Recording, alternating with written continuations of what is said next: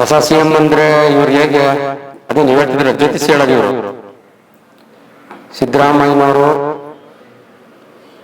ಅಹಿಂದ ನಾಯಕರಾಗಿ ಎರಡನೇ ಬಾರಿಗೆ ಈ ಕರ್ನಾಟಕದಲ್ಲಿ ಮುಖ್ಯಮಂತ್ರಿಯಾಗಿ ಅಧಿಕಾರ ಯಾವತ್ತು ವಹಿಸ್ಕೊಂಡ್ರು ಅವತ್ತಿಂದಲೂ ಸುಧಾ ಈ ಬಿಜೆಪಿ ಜೆಡಿಎಸ್ನವರು ಇವರು ಇವತ್ತು ರಾಜೀನಾಮೆ ಕೊಡ್ತಾರೆ, ನಾಳೆ ರಾಜೀನಾಮೆ ಕೊಡ್ತಾರೆ, ದಸರಾ ಕೊಡ್ತಾರೆ, ಮತ್ತೆ ಯುಗಾದಿ ಕೊಡ್ತಾರೆ ಅಂತ ಹೇಳಿ ಬಂದ್ರು.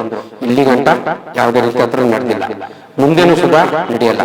ಇನ್ನು ಈಗ 2 ವರ್ಷ ತುಂಬಿದೆ, ಇನ್ನು 2 ವರ್ಷ 10 ತಿಂಗಳಿದೆ, ಅಷ್ಟು ದಿನನೂ ಮಾನ್ಯ ಮುಖ್ಯಮಂತ್ರಿ ಸಿದ್ದರಾಮಯ್ಯನವರೇ ಮುಂದುವರಿತಾರೆ. ಅದರಲ್ಲಿ ಯಾವುದೇ ರೀತಿ ಅನುಮಾನಗಳನ್ನ ಬೇಡ. ಅಲ್ಲ ಮಾಡ್ಲಿ ಟೀಕೆ. ಈಗ ಅವರು ಮುಖ್ಯಮಂತ್ರಿ ಪದವಿ ಆಸೆ ಪಡ್ತಾ ಇದ್ದಾರೆ, ಆಗ್ಬೇಕು ಅಂತ ಇದ್ದಾರೆ ಅಂದ್ರೆ ಅದರಲ್ಲೇನು ತಪ್ಪಿಲ್ಲ.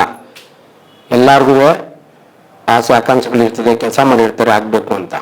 ಈಗ ಪದವಿ ಖಾಲಿ ಇಲ್ವಲ್ಲ, ಈಗ ಆಲ್ರೆಡಿ ಮುಖ್ಯಮಂತ್ರಿ ಪದವಿ ಫುಲ್ಫಿಲ್ ಆಗಿದೆ, ಅಧಿಕಾರ ಚೆನ್ನಾಗಿ ನಡೆಸ್ತಾ ಇದ್ದಾರೆ, ಯಾವುದೇ ರೀತಿ ಸಮಸ್ಯೆಗಳಿಲ್ಲ, ಅದರಿಂದ ಏನು ತೊಂದರೆ ಇಲ್ಲ. ಅದ್ರ ಈಗ 2 ಭಾಗ ಅಂತ ಹೇಳ್ತಿರೋರು ಯಾರು?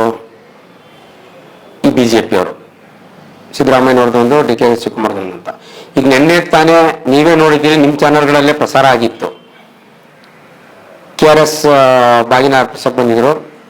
90 ವರ್ಷಗಳ ಇತಿಹಾಸದಲ್ಲಿ ಯಾವತ್ತೂ ಸುಧಾ ಜೂನ್ನಲ್ಲಿ ಮಾಡೇ ಇಲ್ಲ, ಫಸ್ಟ್ ಟೈಮ್ ಹೇಳ್ತಾರೆ. ಇಬ್ಬರು ಜೊತೆಯಲ್ಲಿ ಕೈ ಹಿಡ್ಕೊಂಡು ಮಾಡಿದ್ದಾರೆ. ಇದಕ್ಕಿಂತ ಏನು ಗ್ಯಾರಂಟಿ ಕೊಡ್ಬೇಕು ಅವ್ರಿಗೆ? ಯಾವುದೇ 2 ಟೀಮು 3 ಟೀಮು ಇಲ್ಲಿ ಏನು ಕಾಂಗ್ರೆಸ್ನಲ್ಲಿ ಇಲ್ಲ, ಇರೋದೆಲ್ಲ ಒಂದೇ ಕಾಂಗ್ರೆಸ್ ಟೀಮ್ ಅಷ್ಟೇ. ಇಕ್ಬಾಲ್ ಹುಸೇನ್ ಅವರು ಯಾವ ಕಾನ್ಸ್ಟಿಟ್ಯೂನ್ಸಿ? ರಾಮನಗರ. ಅವರು ಆ ಜಿಲ್ಲೆಯವರೇ, ಅವ್ರು ಹೇಳಲೇಬೇಕಲ್ಲ. ಇಕ್ಬಾಲ್ ಹುಸೇನ್ ಅವರು ಯಾವ ಕಾನ್ಸ್ಟಿಟ್ಯೂನ್ಸಿಗೆ ಹೋಗಿ ಕ್ಯಾನ್ವಾಸ್ ಮಾಡ್ತಾರೆ?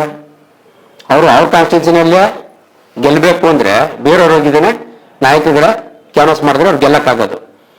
ಅವ್ರ ಮಾತುಗಳಿಗೆಲ್ಲ ಬೆಲೆ ಕೊಡೋ ಅಂಥದ್ದು ಏನಿರಲ್ಲ. ಒಬ್ಬ ನಾಯಕ ಆಗಿರಬೇಕು, ನಾಯಕರು ಹೇಳಿದಾಗ ಆ ಮಾತಿಗೆ ಬೆಲೆ ಇರ್ತದೆ. ಕಾಂಗ್ರೆಸ್ನಲ್ಲಿ ಹೈಕಮಾಂಡ್ ಇದೆ, ಹೈಕಮಾಂಡ್ ಏನಾರ ಬದಲಾವಣೆ ಮಾಡ್ತಿದೀವಿ ನಾವು ಹಾಗೆ ಅಂತ ಹೇಳಿದ್ರೆ ಅದಕ್ಕೆ ಗೌರವ. ಇಕ್ಬಾಲ್ ಹುಸೇನ್ ಅವ್ರು ಹೇಳಿದ್ರು, ಅವ್ರು ಹೇಳಿದ್ರು ಅನ್ನೋದ್ರ ಬಗ್ಗೆ ಏನು ತಲೆ ಕೆಡಿಸ್ಕೊಳ್ಳೋಂಥದ್ದು ಏನಿಲ್ಲ ಕಾಂಗ್ರೆಸ್ ಅಲ್ಲಿ. ನೋಡ್ರಿ, ಇಲ್ಲಿ ಎಲ್ಲ MLAಗಳು ಶಾಸಕಾಂಗ ಪಕ್ಷದಲ್ಲಿ ಆಯ್ಕೆ ಮಾಡಬೇಕಾದ್ರೆ 5 ವರ್ಷಗಳಿಗೆ ಅಂತಾನೆ ಆಯ್ಕೆ ಮಾಡಿರೋಂಥದ್ದು. ಇಲ್ಲಿ ಯಾವುದು 2 ವರ್ಷಕ್ಕೆ 6 ತಿಂಗಳಿಗೆ 3 ತಿಂಗಳಿಗೆ ಅನ್ನೋದು ಯಾವುದೇ ರೀತಿ ಇಲ್ಲ. ಎಲ್ಲ 136 ಜನ ಅವತ್ತಿಗೆ MLAಗಳಿದ್ರು. ಸಿದ್ದರಾಮಯ್ಯನವ್ರನ್ನ ಚುನಾಯಿಸಬೇಕಾದ ದಿನ 136 ಜನನೂ ಇವರಿಗೆ 5 ವರ್ಷಗಳ ಕಾಲಕ್ಕೆ ಆಯ್ಕೆ ಮಾಡಿದ್ದಾರೆ. ನಾನು ನಿಮ್ಗೆ ಆಗ್ಲೇ ಹೇಳಿದ್ನಲ್ಲ, ಹೈಕಮಾಂಡ್ ಏನಾರ ಬದಲಾವಣೆ ಮಾಡ್ತೀನಿ ಅಂತ. ಹೈಕಮಾಂಡ್ ಬದಲಾವಣೆ ಮಾಡೋ ಅಂಥದ್ದು ಯಾವುದು ಸನ್ನಿವೇಶಗಳಿಲ್ಲ. ಯಾಕೆ? ಈಗ ಈ ರಾಜ್ಯದಲ್ಲಿ ಅತ್ಯುತ್ತಮವಾಗಿ ಸರ್ಕಾರ ನಡೀತಾ ಇದೆ, ಮತ್ತೆ ಮಳೆ ಬೆಳೆಗಳು ಬಹಳ ಚೆನ್ನಾಗಾಗಿದೆ. ಮತ್ತೆ ಕಾಂಗ್ರೆಸ್ ಪಕ್ಷದಿಂದ ಸಿದ್ದರಾಮಯ್ಯನವರು ಮತ್ತೆ ಡಿ ಕೆ ಶಿವಕುಮಾರ್ ಘೋಷಣೆ ಮಾಡಿದಂಥ 5 ಗ್ಯಾರಂಟಿಗಳು ಕರ್ನಾಟಕದ 7 ಕೋಟಿ ಜನರಿಗೆ ಒಂದಲ್ಲ ಒಂದು ರೀತಿಯಲ್ಲಿ ತಲುಪ್ತಾ ಇದೆ. ಆದ್ರಿಂದ ಮಾನ್ಯ ಸಿದ್ದರಾಮಯ್ಯನವರೇ 5 ವರ್ಷಗಳನ್ನ ಪೂರೈಸ್ತಾರೆ. ಒಮ್ಮತ ಇಲ್ಲ ಅಂತ ಏನು ಅರ್ಥ ಅಲ್ಲ ಅದು.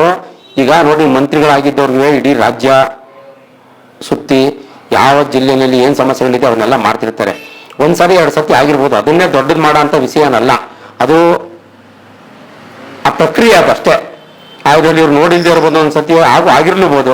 ಅದಕ್ಕೆಲ್ಲ ಬೇಸರ ಮಾಡ್ಕೊಳ್ಳೋಂಥದ್ದು ಏನಿಲ್ಲ. ಎಲ್ಲ 5 ಗ್ಯಾರಂಟಿಗಳಂತೂ ಕರ್ನಾಟಕದ 224 ಕಾನ್ಸ್ಟಿಟ್ಯೂನ್ಸಿಗಳಲ್ಲೂ ನಡೀತಾ ಐತೆ. ಈಗ ಅಭಿವೃದ್ಧಿ ಕೆಲಸ ಕ್ರಮಗಳಿಗೂ ಸುಧಾ ಎಲ್ಲ ಕಡೆ ನಡೀತಾ ಐತೆ. ಸಣ್ಣ ಪುಟ್ಟ ವ್ಯತ್ಯಾಸ ಇರ್ಬೋದು, ಅದೇನು ದೊಡ್ಡದು ಮಾಡೋ ಅಂಥದ್ದು ಏನ, ಇದೆಲ್ಲ ಬಹಳ ಕಷ್ಟ ಆಗುತ್ತೆ. ಅವ್ರು ಹೇಳ್ತಾರೆ, ಅವ್ರ ಪಕ್ಷ ಇದೆ ಅಲ್ವಾ, ಅವರು ಹೇಳ್ತಾರೆ, ಹೇಳೋದ್ರಲ್ಲಿ ಏನು ತಪ್ಪಿಲ್ಲ. ಬಟ್ ಅದು ಆಗ ಚಾನ್ಸಸ್ ಬಹಳ ಕಡಿಮೆ. ಮುಂದಿನ ದಿನಗಳಲ್ಲೂ 28ಕ್ಕೂ ಕಾಂಗ್ರೆಸ್ಸೇ ಬಂದು ಅಧಿಕಾರನ ಈ ಕರ್ನಾಟಕದಲ್ಲಿ ಆಡಳಿತ ಮಾಡ್ತದೆ. ಅದರಲ್ಲಿ ಏನಂತ 2 ಮಾತಿಲ್ಲ. ಈ ರಾಜಕೀಯದಲ್ಲಿ ಏನ್ ಮಾತಾಡ್ತಾರೆ, ಯಾಕೆ ಮಾತಾಡ್ತಾರೆ ಅನ್ನೋದು ನಿಮ್ಗೆ ಗೊತ್ತು.